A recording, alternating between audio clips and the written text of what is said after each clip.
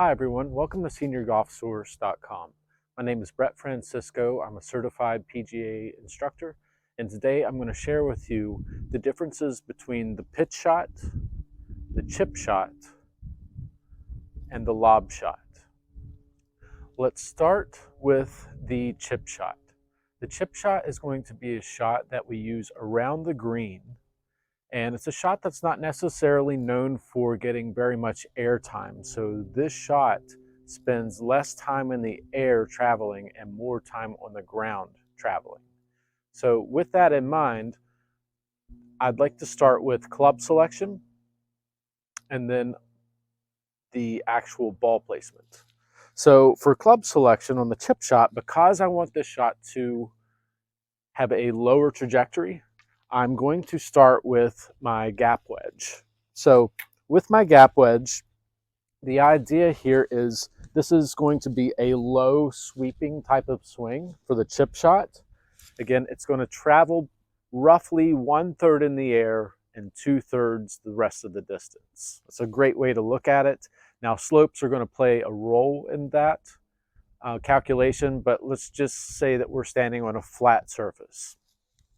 So for the shot itself, we're going to take my gap wedge, which is roughly 52 degrees of loft. I'm going to play the ball in the back of my stance. So I'm simply just going to line it up with my right foot. I'm going to grip down on the club. And with this position, you'll notice I have the shaft leaning towards my target. So it's leaning towards my forward side.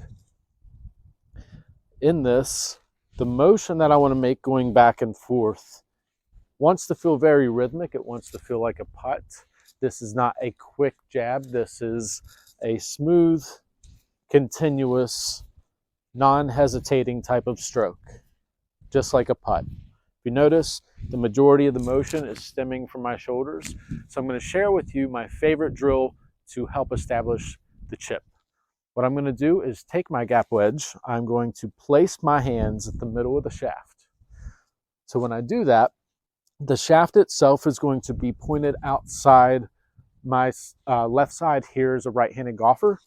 Now, what will happen if I use my wrist, like a lot of amateur golfers do, I'm actually going to start to hit my forward side with the grip end of the club. Now, the objective here is I want to be able to take my swing back and through without that angle changing. This is a really nice exercise. It'll help work your core. So this is something that you can do, say, on a rainy day, or maybe you're in between shots waiting on your friends to play out. So that is the chip shot.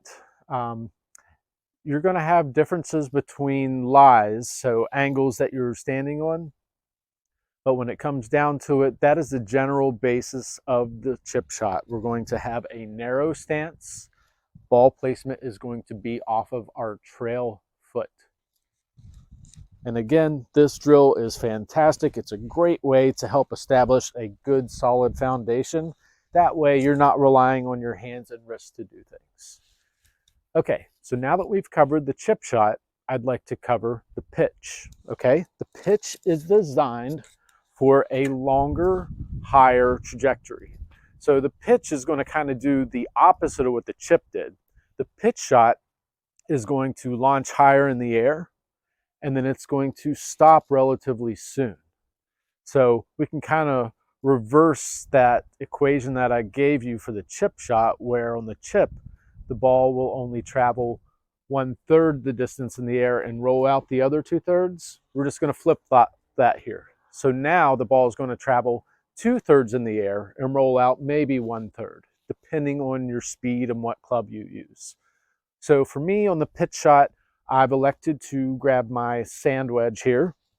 Now, when I'm taking a longer swing to travel a longer distance, I'm going to do something with my body and my stance. I'm going to widen it. So from the chip shot, it's a narrow stance, ball placement back. With the pitch shot, I'm still going to be playing the ball relatively back in my stance, but I am definitely going to widen my stance here.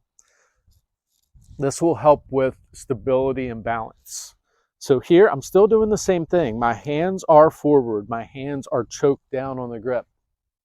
Now, as I make my swing here, it's going to be a much wider range of motion, but I am still maintaining the concept of that drill that I showed you here. What I don't want to have happen is my wrist to release early. This is one of the most common flaws in the golf swing for short game and even in full swing. So we're going to use that same concept of how things feel. It's just going to be a wider base. The ball placement isn't quite going to be back off the right foot, but it's going to be right of center of my stance.